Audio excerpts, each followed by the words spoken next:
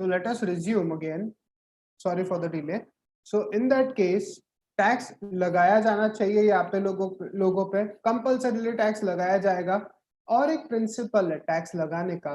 See, there are two classes of people in any economy, in any country. One is the rich people, the other one is poor people.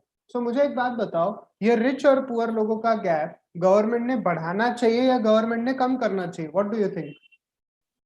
कम करना चाहिए for the simple reason, अगर अमीर लोग ज्यादा अमीर होते चले गए then they will exploit poor people. सारे रिसोर्सेस अगर अमीर लोगों के पास है तो गरीब लोगों का एक्सप्लॉइटेशन होगा, गरीब लोगों के हाथ में कभी कुछ नहीं आएगा।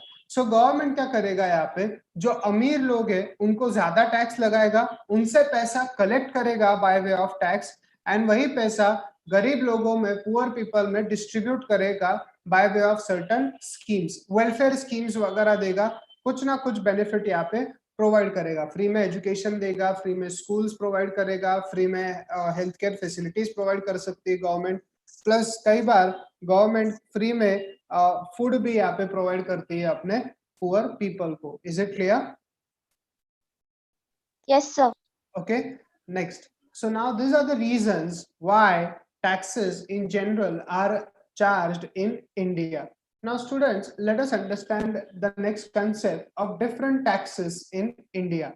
If we just talk about different taxes, then there is one branch of direct tax, whereas there is another branch of indirect tax. अब ये दोनों क्या है? Just let us look into it. Just give me a second. I'm sharing the screen, students.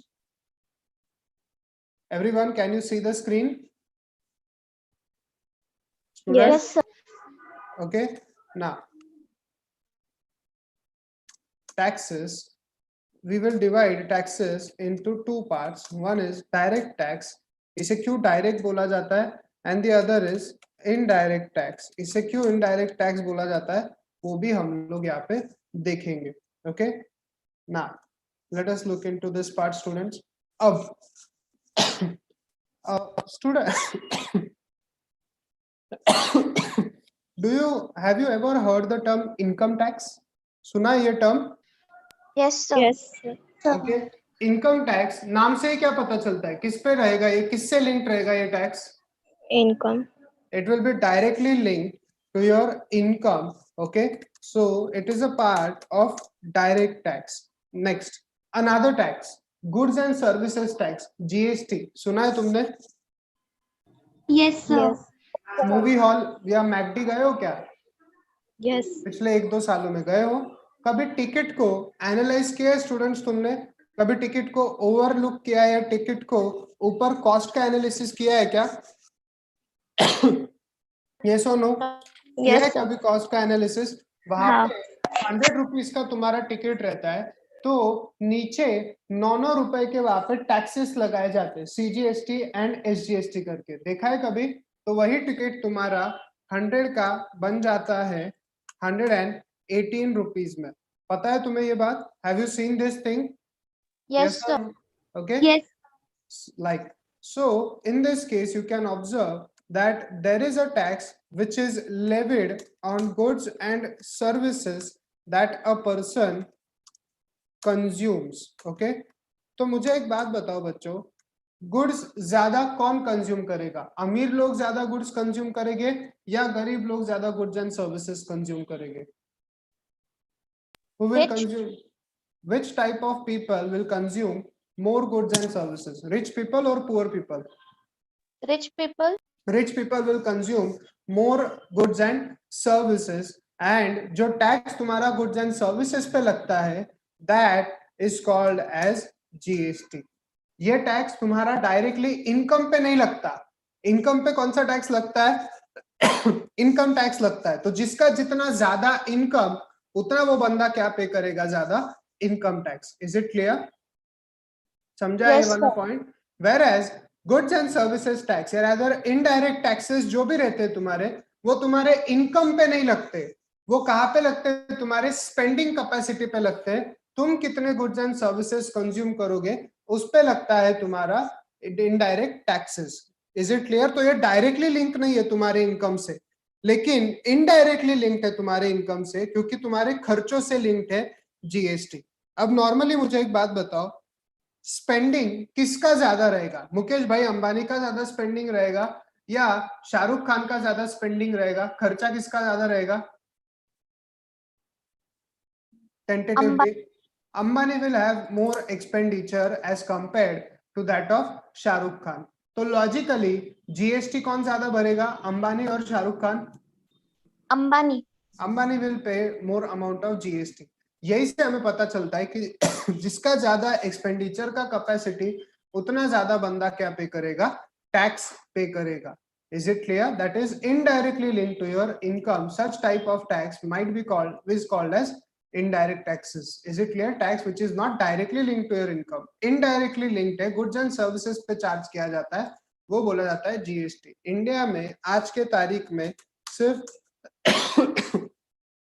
Mostly दो ऐसे taxes है जो indirect nature के, एक है जीएसटी, दूसरा है कस्टम्स। वैट भी है जो पेट्रोल डीजल पे लगता है।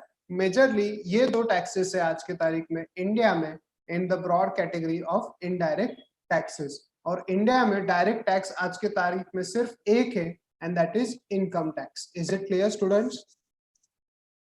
समझा है क्या यहाँ पे? पक्का? Yes, sir. Now shall we proceed? Sir, I had a question. या श्योर, बोलो। Sir, can you tell what is custom exactly? Customs, ध्यान दो। Customs basically, अब India is a part of a global economy. Am I right? Yes, students. sir. Am I right? हम लोग Yes. बाहर के country से goods import और export कर सकते हैं क्या? Yes. or no? If you want to buy an apple, you can definitely import it from a place outside India. तो जब तुम लोग बाहर से कोई गुड्स खरीदते हो, बाहर के कंट्री से जब तुम गुड्स इंडिया में लाते हो, या बाहर के कंट्रीज में जब तुम गुड्स बेचते हो, when you are dealing with import or with export, that tax which is levied while importing and exporting is called as customs. Is it clear? Yes, sir. ये भी किस पे चार्ज किया जा रहा है? गुड्स एंड सर्विसेज पे ही charge किया जाता है। लेकिन कब चार्ज किया जाता है बच्चों? जब तुम लोग एक तो गुड्स एंड सर्विस इंपोर्ट करते हो, या जब तुम लोग गुड्स एंड सर्विसेज क्या करते हो? एक्सपोर्ट करते हो। ईदर ऑफ द टाइम तुम्हें क्या पे करना पड़ सकता है? Custom duty. Is it clear? Yes. Yes, sir. Okay, अब थोड़ा ध्यान दो। Direct tax and indirect tax में एक डिफरेंस है। इनडायरेक्ट टैक्स, डायरेक्ट टैक्स अगर मैं बोलूं तो they are progressive in nature and indirect taxes are regressive in nature. Now what do you mean by this? अब थोड़ा ध्यान दो। डायरेक्ट टैक्स, जैसे जैसे इनकम तुम्हारा इंक्रीज होता है, वैसे वैसे तुम लोग क्या पे करते हो? ज्यादा टैक्स पे करते हो। आई विल गिव एन एग्जांपल। अगर किसी का इनकम 2.5 लाख रुपए से नीचे है तो उसे 0 रुपीज ऑफ टैक्स पे करना है। ओके, वही अगर किसी का 2.5 लाख से 5 लाख का इनकम है तो उसे 5% टैक्स पे करना है। 5 लाख से अगर 10 लाख किसी का इनकम है तो उसे 20% से टैक्स पे करना है। और अगर 10 लाख एंड अबव किसी का इनकम है तो उसे 30% से टैक्स पे करना है। Is it clear? समझा है यहाँ पे? यहाँ तक समझा है? Yes, sir. Okay, I am writing over here. Okay, फिर 5 lakhs से 10 lakhs and more than 10 lakhs. Is it clear? अब अगर किसी का इनकम 0 to 2.5 लाख है तो उसे टैक्स रेट कितना है? 0% इनकम टैक्स। तो उसका टैक्स कितना आएगा? 0। वही अगर 2.5 लाख से 5 लाख किसी का टैक्सेबल इनकम है तो उसे टैक्स कितना है यहाँ पे? 5%। 5 लाख से 20 लाख अगर है तो 20%। मोर देन 10 lakhs है तो 30%। अब थोड़ा ध्यान दो। If you just observe, is the tax rate increasing as and when the income is increasing? Am I right? Yes, sir. Okay, so अगर तुम ऑब्जर्व करते हो तो income tax is progressive in nature. Progressive that is to mean जैसे जैसे income बढ़ रहा है वैसे वैसे तुम्हारा टैक्स रेट भी क्या होते जा रहा है बच्चों? इंक्रीज होते जा रहा है। Okay, next, when I talk about indirect taxes are regressive. Goods and services पर जो टैक्स लगता है वो तुम्हारे इनकम पे डिपेंड नहीं करता है. I'll give you an example. Let us say Shahrukh Khan and mister Ambani go to watch a movie. दोनों ने सेम टिकट बुक किया है आजू बाजू में. मुझे एक बात बताओ, दोनों का टिकट का प्राइस सेम रहेगा या अलग अलग रहेगा? सेम. सेम रहेगा ना भाई, सेम ही लाइन में टिकट बुक किया है, दोनों के लिए प्राइस ऑफ टिकट क्या रहेगा यहाँ पे? सेम रहेगा. दोनों सेम टैक्स पे करेंगे. I will give you an another example. Parle G 5 rupees में आता है, एम आई राइट? और अगर तुमने पार्ले जी का पैकेट कभी टर्न करके देखा होगा तो वहां पे लिखा रहता है इंक्लूसिव ऑफ टैक्सेस. पढ़ा है किसी ने? Yes, sir. Inclusive of all taxes, right? That includes GST as well. So अब 5 रुपए का जो पार्ले जी है, क्या सबके लिए सेम प्राइस है क्या? या वो शॉपकीपर इनकम पूछता है, भाई तेरा कितना इनकम है? एक आधे ने बोला भाई मेरा इनकम 20 लाख है, चल तेरे को 5 रुपए का पार्ले जी का पैकेट हम लोग 10 में देंगे. किसी का इनकम यहाँ पे लेटेस्ट से 2 लाख है, तो उससे 4 रुपए में पार्ले जी का पैकेट उसे बेचेंगे. ऐसा होता है कभी? नहीं, sir. नहीं. The shopkeeper is not interested in your income at all. Is it clear? He is only interested in selling that Parle G biscuit. He is not interested कि किसका कितना इनकम है. Rather, GST को भी कोई interest नहीं है कि भाई लोगों का कितना इनकम है.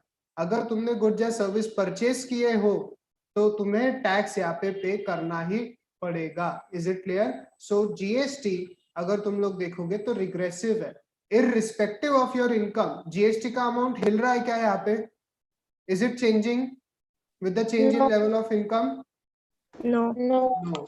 That's why it is regressive, whereas direct tax is progressive. जैसे जैसे तुम्हारा इनकम बढ़ता है वैसे वैसे इनकम टैक्स बढ़ता है. That's why direct tax becomes regressive in nature and GST becomes, sorry, direct tax becomes progressive in nature, GST becomes regressive in nature. Okay, next ध्यान दो यहाँ पे. Burden cannot be shifted. Okay, burden is shifted. अब ये क्या है, थोड़ा ध्यान दो बच्चों. अब now let us understand this.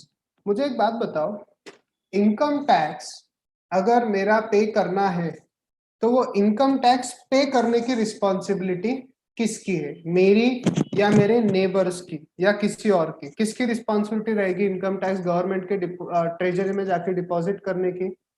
मेरी. मतलब बंदे की खुद की रहेगी. Am I right? Yes, sir. Yes, yes sir. और नो? अब थोड़ा ध्यान दो. मुझे एक बात बताओ कि मूवी देखने जब तुम लोग जाते हो, मूवी का टिकट प्राइस है 118 रुपीज.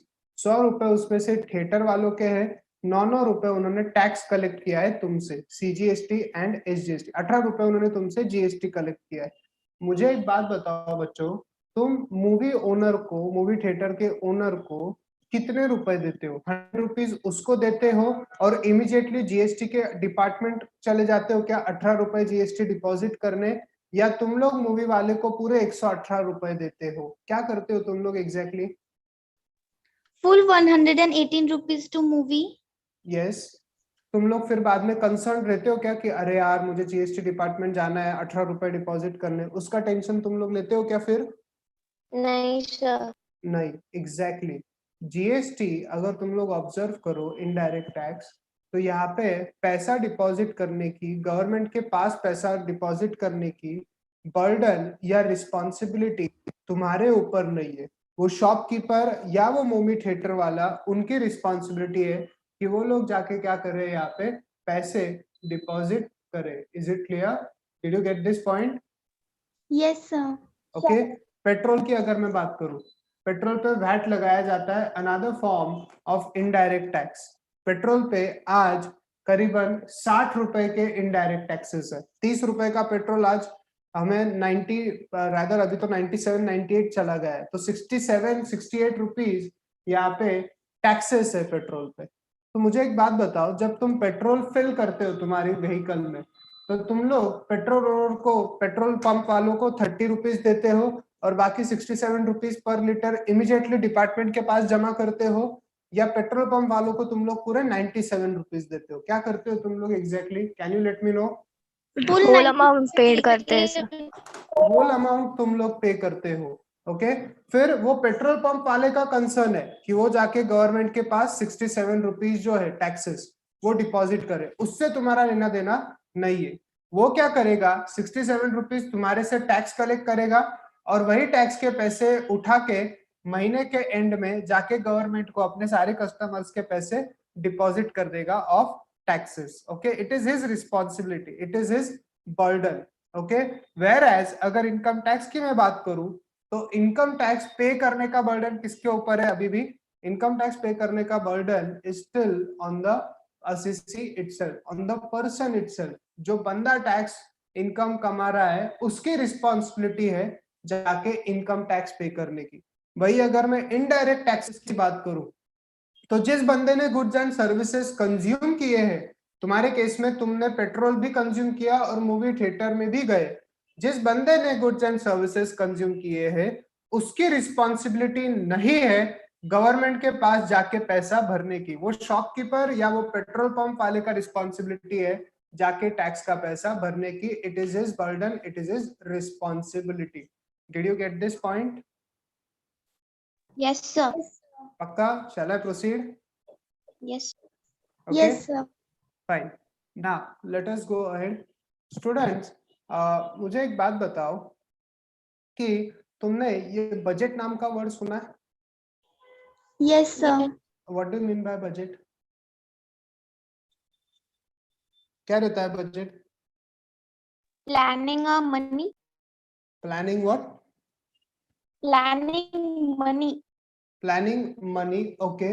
तुमने तुम्हारे फैमिली में तुम्हारे पेरेंट्स को महीने का या ईयर का बजट बनाते हुए या बनते हुए सुना, देखा कभी?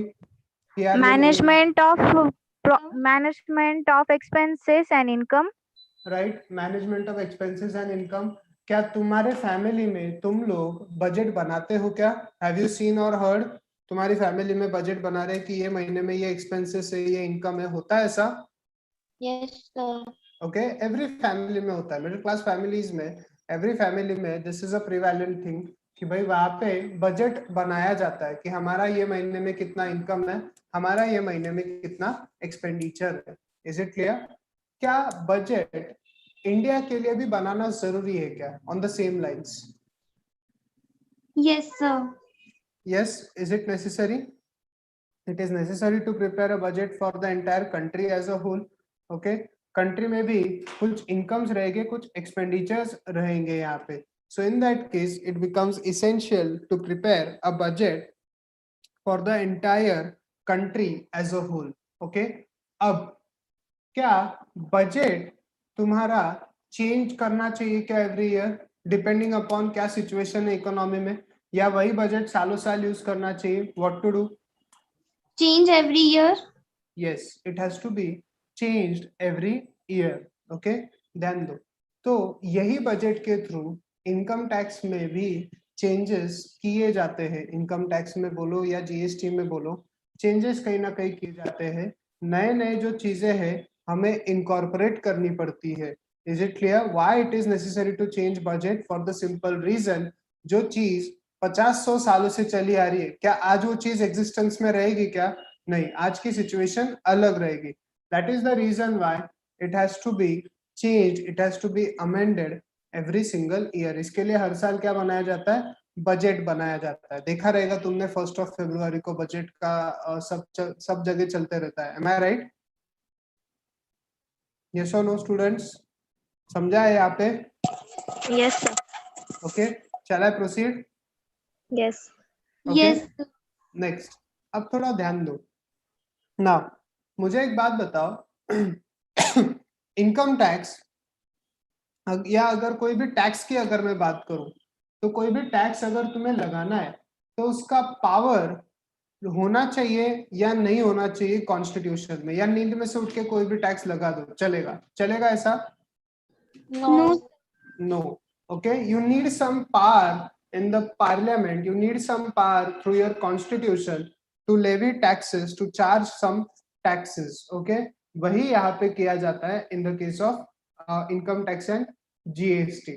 अब थोड़ा ध्यान दो, इंडिया का federal structure is such that कुछ पावर सेंट्रल गवर्नमेंट के पास में है, कुछ पावर स्टेट गवर्नमेंट के पास में है। Is it clear? हमारे पास उद्धव सरकार भी है, हमारे पास मोदी सरकार भी है।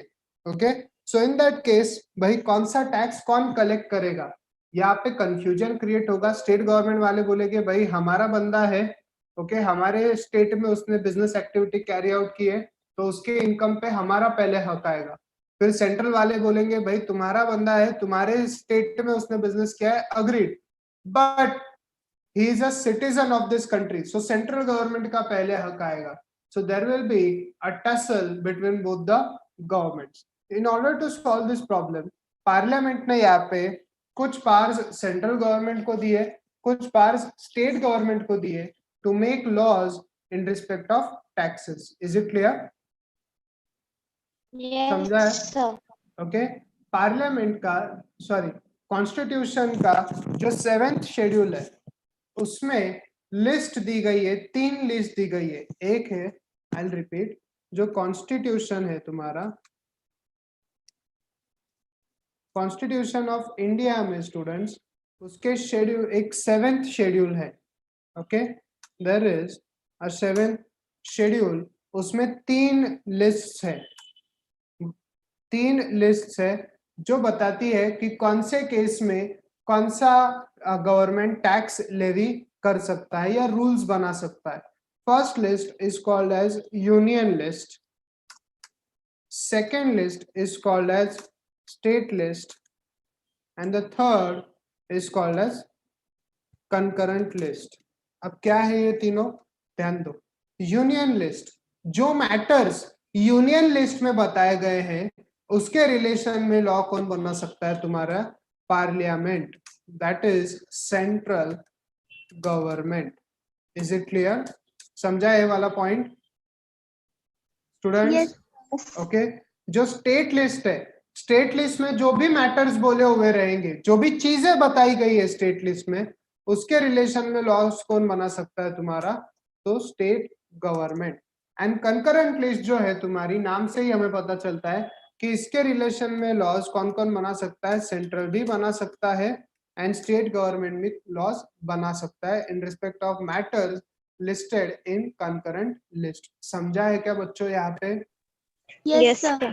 Okay, Yes, sir. जो तुम्हारा इनकम टैक्स है, इनकम टैक्स तुम्हारा आता है यूनियन लिस्ट में। ओके, कहाँ पे आता है ये? यूनियन लिस्ट में। तो ये टैक्स के लिए तुम्हारी पावर किसके पास है यहाँ पे टैक्स लगाने की, तो पूरी की पूरी पावर है इनकम टैक्स की लगाने की, power to tax is with parliament, it is with central government. State government का इनकम टैक्स में कोई संबंध नहीं। किसका संबंध है यहाँ पे इनकम टैक्स में? It is of central government only. Is it clear?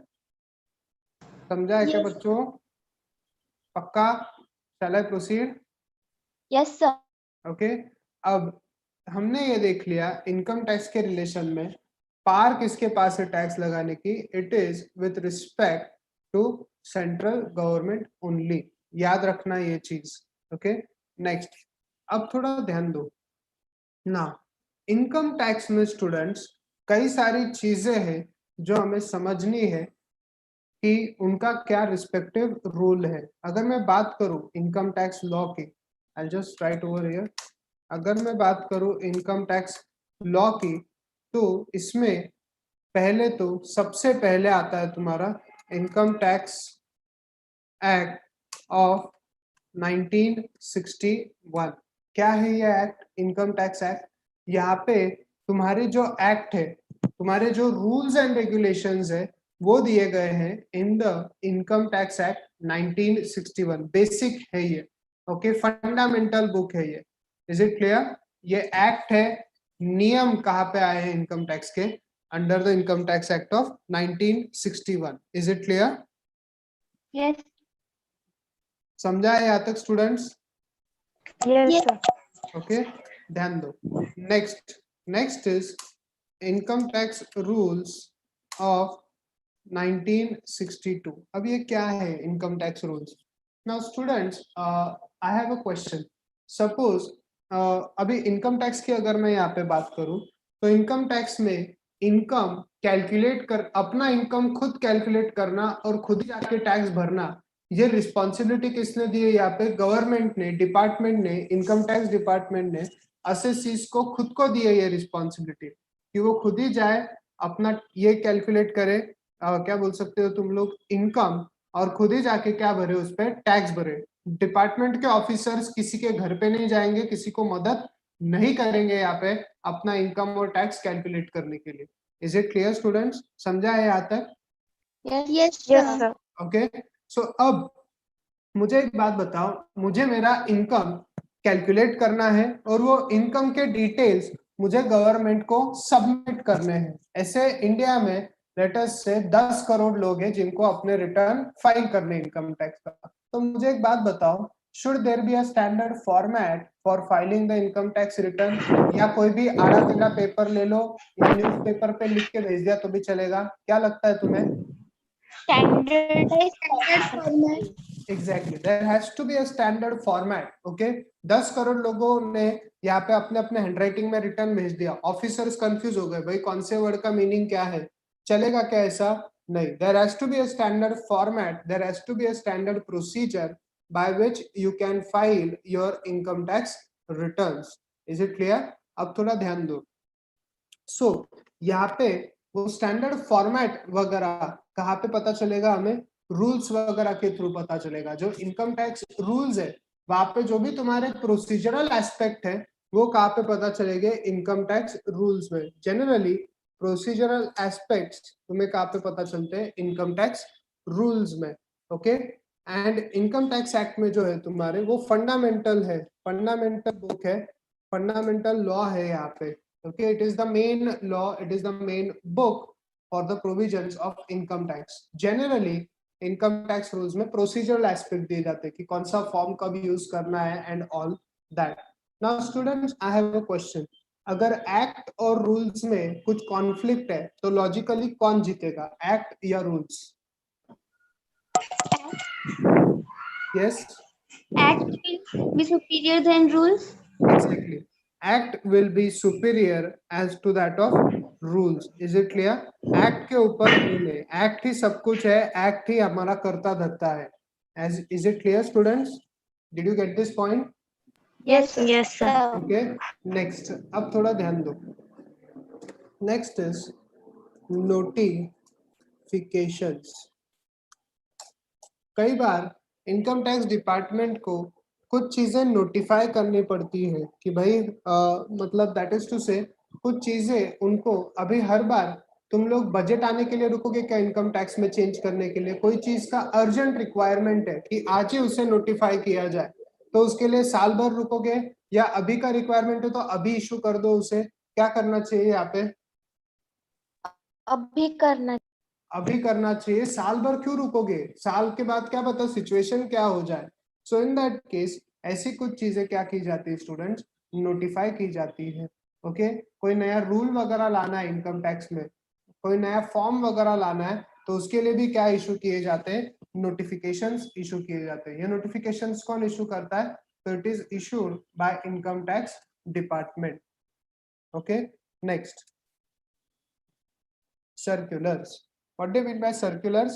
ध्यान दो, सर्कुलर्स या क्लैरिफिकेशंस, कई बार अभी English is a funny language, am I right? कुछ वर्ड्स का मीनिंग एक कॉमा की वजह से चेंज हो सकता है क्या इंग्लिश में? उसका मीनिंग Yes, है, sir. उसका context. Yes, it is a possibility. अब कई बार डिपार्टमेंट से एक्ट या रूल्स बनाते वक्त कुछ गलती हो सकती है, या गलती की जगह कुछ कंफ्यूजन क्रिएट हो सकता है लोगों में, भाई ये चीज का मीनिंग क्या है एग्जैक्टली? इनकम टैक्स डिपार्टमेंट की क्या इच्छा है, क्या वर्ड का क्या मीनिंग होना चाहिए?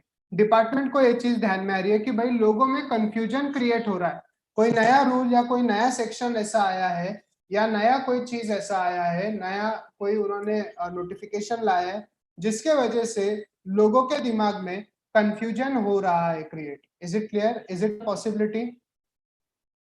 यस और no? Yes. It is a possibility. So in that case department को ये जब चीज ध्यान में आती है कि हमारे ये चीज की वजह से लोगों के बीच में कंफ्यूजन क्रिएट हो रहा है, they will issue circulars in that particular respect. Circulars में क्या होता है बच्चों? यहाँ पे सर्कुलर्स में बेसिकली एक्स्ट्रा मीनिंग दिया जाता है तुम्हारे प्रोविजंस का कि भाई तुम्हारा क्या मीनिंग है कौन से चीज का। डिपार्टमेंट उसमें बोलेगा भाई हमने जो नया रूल या नया जो प्रोविजन लाया है उसमें हमारा मीनिंग इज दिस, हम ये कहना चाहते हैं, तुम लोग गलत मत समझो, हम ये कहना चाहते हैं, क्लैरिफिकेशन देते हैं, बेसिकली एक्स्ट्रा मीनिंग देते हैं बेसिकली। Is it clear? समझा है यहाँ पे students? Yes, sir. Okay, these circulars which are issued by the department are important for everyone, but ये circulars जो है तुम्हारे ये सबसे ज्यादा important है डिपार्टमेंटल ऑफिसर्स के लिए। ओके, इनकम टैक्स ऑफिसर्स कभी भी सर्कुलर्स को मना नहीं कर सकते या सर्कुलर्स के खिलाफ काम नहीं कर सकते। अगर कोई सर्कुलर ऐसा है जिससे असेसी का फायदा होता है, मुझे एक बात बताओ, असेसी का फायदा कब होगा? जब उसका टैक्स का लायबिलिटी कम आएगा या जब उसका टैक्स का लायबिलिटी ज्यादा आएगा? कम। जब उसका टैक्स का लायबिलिटी क्या आएगा? कम आएगा। Is it clear? समझ रहा है यहाँ पे? Yes, sir. ओके, सो अगर कोई सर्कुलर ऐसा है जिससे लोगों का भला होने वाला है, असेसीज का, जो जनरल पब्लिक है, टैक्स पेयर्स जो है, अगर उनका भला होने वाला है, then in that case those circulars are binding on assessing officers. Binding that is to say assessing officers को कंपल्सरीली वो सर्कुलर्स को क्या करना पड़ेगा? फॉलो करना पड़ेगा। ओके, नेक्स्ट, अगर कोई सर्कुलर ऐसा है जिसके वजह से असेसीज का नुकसान हो सकता है, नुकसान कैसे हो सकता है? उनका टैक्स बढ़ रहा है, then in that case assessees वो सर्कुलर को इग्नोर कर सकते हैं, उसको वैल्यू नहीं देंगे। Is it clear? तो सर्कुलर से अगर फायदा हो रहा है तो सर्कुलर का फायदा उठाओ, और अगर सर्कुलर से नुकसान हो रहा है तो सर्कुलर को क्या कर दो? इग्नोर कर दो। Is it clear? Yes, sir. Did you get this point, students? Everyone? Yes, sir. Okay. Yes. Next. Next is case laws. What do you mean by case laws, students? Case laws मतलब क्या? क्या रहते हैं case laws? Can I say जब Maintain court. Exactly जब तुम लोग यहाँ पे कोर्ट वगैरह में जाते हो, ओके, कुछ चीजों के ऊपर कंफ्यूजन है, डिपार्टमेंट को भी कंफ्यूजन है, या तुम नाराज हो डिपार्टमेंट के साथ, इनकम टैक्स डिपार्टमेंट ने तुम्हारे से गलती से, ऐसा तुम्हें लगता है गलती से ज्यादा टैक्स वगैरह वसूल कर लिया, देन इन दैट केस तुम लोग क्या करोगे? अपील वगैरह फाइल करोगे, ऊपर के दरवाजे खटखटाओगे। ओके, तो यहाँ पे high court and supreme court के पास तुम लोग जाओगे, और हाई कोर्ट और सुप्रीम कोर्ट क्या करेगा? तुम्हारी केस सुनेगा एंड उनके हिसाब से क्या करेगा? यहाँ पे जजमेंट पास करेगा। Is it clear? वो जजमेंट जो high court and supreme court पास करेंगे, it has a lot of value.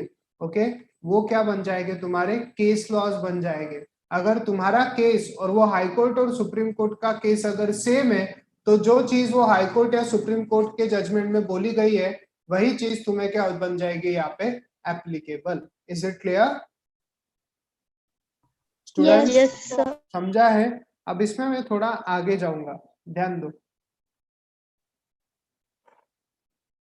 High court काफी सारे हो सकते हैं तुम्हारे। महाराष्ट्र में कौन सा हाई कोर्ट है? महाराष्ट्र में कितने हाई कोर्ट है basically? Do you know? Yes, students, how many high courts are there in the state of Maharashtra? There is only one high court in the state of Maharashtra, which is Bombay High Court. Okay, and कितने supreme court है India में? Supreme court कितने? एकच आहे. एकच है ना? हाँ. Yes, there is only one Supreme Court in the entire country. अब थोड़ा ध्यान दो, सुप्रीम कोर्ट जो नियम बनाता है, सुप्रीम कोर्ट का जो डिसीजन है, वो एप्लीकेबल रहता है through out India. Okay, India के सब लोगों को सुप्रीम कोर्ट का डिसीजन एप्लीकेबल रहता है बाय लॉ, फिर वो चाहे हाई कोर्ट हो या चाहे कोई असेसिंग ऑफिसर हो या चाहे कोई असेसी हो, कोई बंदा हो, सुप्रीम कोर्ट का decision is law of that country, उसके ऊपर कोई नहीं। Is it clear? समझा है यहाँ पे students? Yes, sir. Bombay high court, अगर मेरा लोकेशन Yes, sir. यस अगर मेरा लोकेशन मुंबई में है, महाराष्ट्र में है, तो मुझे कौन सा हाई कोर्ट रहेगा applicable? Bombay high court. Bombay high court का एप्लीकेबिलिटी रहेगा only through out the state of Maharashtra. Is it clear? Maharashtra के बाहर Bombay high court is not applicable. समझा है क्या यहाँ पे? वो हाई कोर्ट का जुरिस्डिक्शन कितना रहेगा? वो रिस्पेक्टिव टेरिटरी तक ही रहेगा। सुप्रीम कोर्ट का जुरिस्डिक्शन कितना रहेगा? पूरा इंडिया। समझ रहा है क्या बच्चों? वेरएज हाई कोर्ट का जुरिस्डिक्शन कितना रहेगा? सिर्फ और सिर्फ वो एरिया में, वो स्टेट में जहां पे वो हाई कोर्ट क्या है, लोकेटेड है। जैसे पंजाब एंड हरियाणा का मिलके एक हाई कोर्ट है, गुजरात का एक हाई कोर्ट है, महाराष्ट्र के लिए कौन सा हाई कोर्ट है? Bombay high court. तो बॉम्बे हाई कोर्ट के डिसीजंस कहाँ पे एप्लीकेबल रहेंगे? Throughout the state of Maharashtra. Maharashtra के बाहर बॉम्बे हाई कोर्ट के decisions will not be applicable. Did you get this point? Yes, sir. समझा है? वेरएज सुप्रीम कोर्ट के डिसीजंस किसको एप्लीकेबल रहेंगे? सबको एप्लीकेबल रहेंगे throughout the country, but Bombay high court के decisions will be applicable only and only in the state of Maharashtra. सबको समझा है क्या? I have a reply from only one of the students. Yes, sir. Yes, sir. Okay, Yes, sir. yeah, yes, shall we proceed? Yes. Okay. अगर मैं बात करूं income tax law की, तो हमें क्या क्या चीजें जरूरी है यहाँ पे इनकम टैक्स लॉ अगर समझना है तो? सबसे पहले हमें समझना है इनकम टैक्स एक्ट ऑफ 1961, फिर हमें समझना है इनकम टैक्स रूल्स ऑफ 1962, हमें नोटिफिकेशंस भी समझने हैं, जो सर्कुलर्स दिए गए रहेंगे टाइम टू टाइम वो भी समझने हैं। इसके अलावा हमारा एक और चीज पे फोकस होना चाहिए, and that is with respect to case studies, case laws. Is it clear? Yes, sir. Pakka? Shall I go ahead? Excuse me, sir. Yes, beta. जो अमेंडमेंट्स होते हैं लॉ में वो नोटिफिकेशन थ्रू आते हैं या सर्कुलर्स? सर्कुलर्स के through कोई अमेंडमेंट नहीं आता है बेटा, एंड नोटिफिकेशन के थ्रू भी अमेंडमेंट नहीं आता है। It amendment generally comes from finance act. That is to say हर साल जो बजट प्रेजेंट करते हैं ना ये लोग, कि ये साल इतना इतना बजट रहेगा, जो तुम्हारा फाइनेंस बजट रहता है हर साल के जो 1 फरवरी को प्रेजेंट होता है, उसमें बजट में एक सेक्शन रहता है फाइनेंस बिल। फाइनेंस बिल में तुम्हारा एक सेक्शन रहता है इनकम टैक्स। जनरली उसके थ्रू अमेंडमेंट्स आते हैं। नोटिफिकेशंस के थ्रू जनरली रूल्स वगैरह नोटिफाई किए जाते हैं, लेकिन जो अमेंडमेंट्स है वो कहाँ से आते हैं? बजट से आते हैं। Is it clear? Finance bill से आते हैं। Did you get this point? Yes, sir. Thank you. Yes. So this is the entire crux of the income tax law in India. Act, rules, notifications, circulars, and we also have to deal with respective case studies, case laws. Okay. Shall I proceed? Yes, sir. Yes. Okay. अब मुझे एक बात बताओ बच्चों, when I talk about income, income मतलब क्या? थोड़ा explain करो। What do you mean by income? क्योंकि हमें तो पता है इनकम टैक्स, नाम से ही क्या पता चलता है किस पे टैक्स लगेगा ये? यस स्टूडेंट्स, इनकम टैक्स जब मैं बोलता हूँ, हाँ Gains, whatever we have earned. Yes, मतलब बेसिकली इनकम ना, Monetary. Am I right? Yes. Yes, basically income पे ही लगता है तुम्हारा इनकम टैक्स। यस और नो? Yes, sir. ओके, अब थोड़ा ध्यान दो। Now what do you mean by income? Income मतलब क्या तुम्हारे हिसाब से? इनकम कैसे डिफाइन करोगे तुम लोग?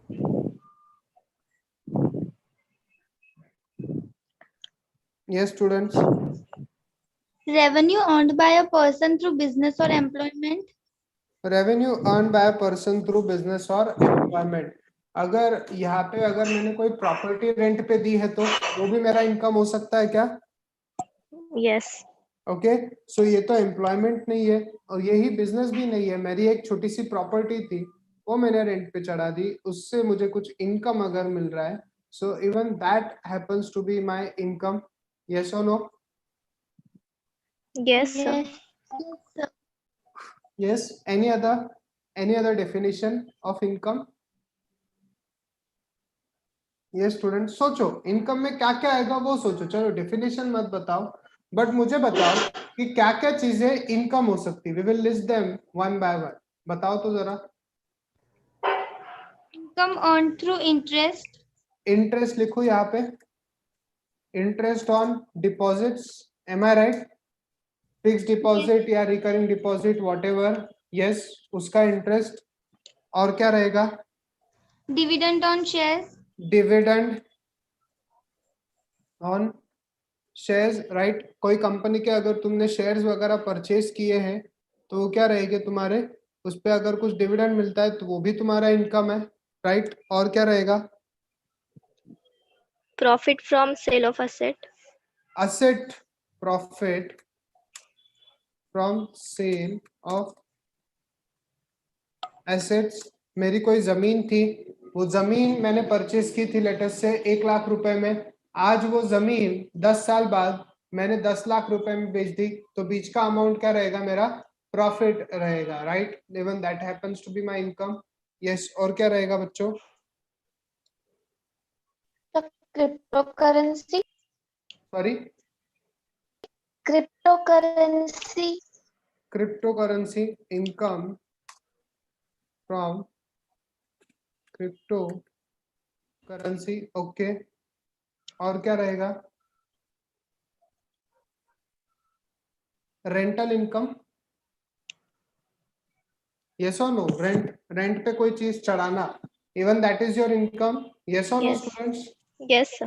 Yes, can I sir. Right over here rental income? Then business करके प्रॉफिट कमाया, वो है क्या मेरा income? Yes. Profit from business. Yes, और क्या रहेगा? Salaries. सैलरीज. मैंने किधर जॉब किया है, जॉब करने की वजह से मुझे मंथली कुछ पैसा वो लोग पे करते हैं इन टर्म्स ऑफ सैलरीज, तो even that can be my income. Yes. फिर रॉयल्टी. यस और no? Even royalty can be your income. Yes, am I right students? Yes, sir. Okay, so अगर तुम लोग यहाँ पे ऑब्जर्व करते हो तो हमने बैठे बैठे 8 अलग अलग सोर्सेस ऑफ इनकम को आइडेंटिफाई किया.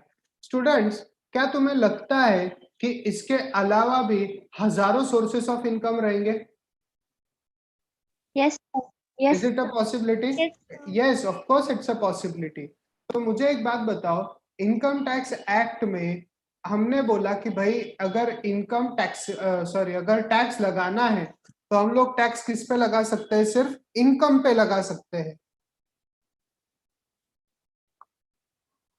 यस और no? Sir. Yes, Yes, sir. sir. Okay, तो अगर किसी चीज पे तुम्हें टैक्स लगाना है तो बेसिकली वो चीज क्या होनी चाहिए? इनकम होनी चाहिए. तो इनकम का डेफिनेशन क्या तुम लोग आसानी से बैठ के बना सकते हो क्या कि इतने इतने sources of receipt of money को ही हम लोग इनकम मानेंगे, या ये ओपन एंडेड रखना पड़ेगा, बहुत ब्रॉड लेवल पे रखना पड़ेगा? What do you think? Open-ended. Open ended रखना पड़ेगा, क्योंकि अगर इनकम को तुमने नैरो कर दिया तो कुछ लोग इनकम नहीं है ऐसा बता के इनकम टैक्स पे नहीं करेंगे. So you want to increase the level of scope of income. समझा है क्या क्यों हमें स्कोप बढ़ाना है? Have you understood this point? Yes, sir. Yes, sir. Okay, अब जो इनकम का डेफिनेशन दिया गया है, इनकम का जो डेफिनेशन दिया गया है अंडर इनकम टैक्स एक्ट, वो है inclusive definition. What do you mean bye inclusive definition? बताता हूं. दो टाइप्स ऑफ डेफिनेशन रहते हैं तुम्हारे, एक रहती है exhaustive definition and the other is inclusive definition. Inclusive definition, that is to say, हमने जो लिस्ट दी गई है वो लिस्ट तो है ही इनकम का हिस्सा, इसके अलावा भी अगर कोई चीज ऐसी है जो इनकम के नेचर की है वो भी हम लोग किस में मानेंगे, इनकम में उसे इंक्लूड करेंगे. जो इनकम का डेफिनेशन दिया है under income tax act, it starts with the words income includes और नीचे उन्होंने 15-20 आइटम्स की लिस्ट दी गई है. दिस मींस कि भाई नीचे दिए हुए जो केसेस है 15-20 ये इनकम के एग्जांपल्स है. अगर कोई चीज इसके अलावा इनकम के नेचर की है तो वो भी किसका हिस्सा बनेगी, इनकम का हिस्सा बनेगी. Did you get this point? Yes, sir. पक्का? ऐसे डेफिनेशन को क्या बोला जाता है, inclusive definition. Inclusive definition that is to say हमने जो लिस्ट तुम्हें दी गई है बच्चों, वो लिस्ट एक एग्जाम्पल है कि हम लोग इनकम मतलब क्या मानते हैं. इसके अलावा भी अगर कोई चीज ऐसी है जो इनकम के नेचर की है उसे भी हम लोग कहाँ पे इंक्लूड करेंगे, under the definition of income. Did you get this point? Yes, sir. Yes, sir. Whereas exhaustive definition is close ended. इसमें जो लिस्ट दी गई है वो ही फाइनल रहती है, इसके अलावा कोई भी चीज ये डेफिनेशन में कवर नहीं की जाएगी. ऐसे डेफिनेशन को क्या बोला जाता है, एग्जॉस्टिव डेफिनेशन. इसका generally the starting is, I can say, XYZ means. मतलब क्या, हमारे हिसाब से ये डेफिनेशन का मीनिंग इतना ही है. मतलब जो आइटम हमने बोले हैं नीचे उतने ही आइटम इंक्लूड किए जाएंगे इस पर्टिकुलर डेफिनेशन में. अगर कोई आइटम या डेफिनेशन के बाहर पड़ रहा है then it will not be a part of that particular term. Is it clear students? Difference समझ रहा है क्या इंक्लूसिव एंड एग्जॉस्टिव का? Yes, sir. ओके. इंक्लूसिव मतलब क्या, स्कोप को ब्रॉड करना या स्कोप को छोटा करना? Broad. स्कोप को बढ़ाना, स्कोप को ब्रॉड करना, स्कोप को वाइडन करना. एग्जॉस्टिव मतलब क्या, स्कोप को लिमिट करना, छोटा स्कोप रखना. और अगर हम लोग बात करें इनकम के डेफिनेशन की जो इनकम टैक्स एक्ट में दी गई है, that definition is inclusive in nature. That definition is covering a lot of items under its head. Did you get this point? Yes, sir. Yes, sir. पक्का? यहाँ तक किसी को कोई डाउट है? No. No doubt? Okay. So on this note, we stop for the day. If you have any doubt, do let me know. We will discuss that respective doubt. Is it clear? Yes, sir. Sir, Yes. GST और custom जो tax है वो कौन से list में आएंगे, first, second या third? Customs जो है तुम्हारा, कस्टम्स आता है यूनियन लिस्ट में. कस्टम्स पे सेंट्रल गवर्नमेंट का हक है. वही अगर जीएसटी की बात करें तो जीएसटी स्टेट में भी आता है और जीएसटी इसमें भी आता है यूनियन में. जीएसटी पे दोनों का हक है. इसके लिए मैंने बोला टिकट का रेट अगर तुम लोग देखते हो तो 9% एसजीएसटी लगता है, 9% सीजीएसटी लगता है. दैट इज टू से आधा आधा डिवाइड कर लिया है दोनों ने. सेंट्रल ने आधा डिवाइड किया है और स्टेट ने आधा डिवाइड किया है. Did you get this point? इसके लिए जीएसटी दोनों लिस्ट में आता है, स्टेट में भी है और यूनियन में भी है. समझा बेटा? Yes sir. Okay. Yes, students. So on this note, we stop for the day. Okay. If you have any query, do let me know. Okay. Thank you, sir. Yes. Welcome, beta. I'll stop the meeting.